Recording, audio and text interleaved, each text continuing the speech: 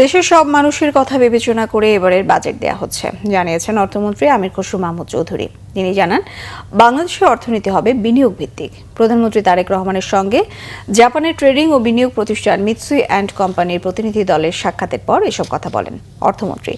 Mitsui and company বৈশ্বিক পর্যায়ে logistics, অবকাঠামো, ধাতু, জ্বালানি এবং খাদ্য বাণিজ্য সহ বিভিন্ন খাতে কার্যক্রম পরিচালনা করে।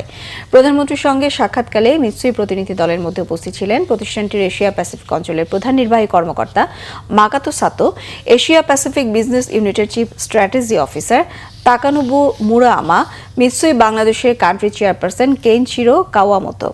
পরে আমির খসরু মাহমুদ চৌধুরী জানান, অর্থনীতির ক্ষতিপূরণে কাজ করছে সরকার।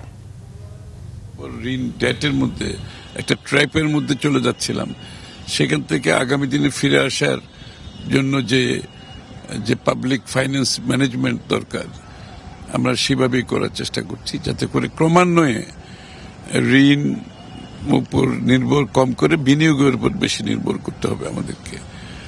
আমাদের পরিচালন ব্যয় ক্রমান্বয়ে কমিয়ে আনতে হবে, বিনিয়োগ বেশি বাড়াতে হবে।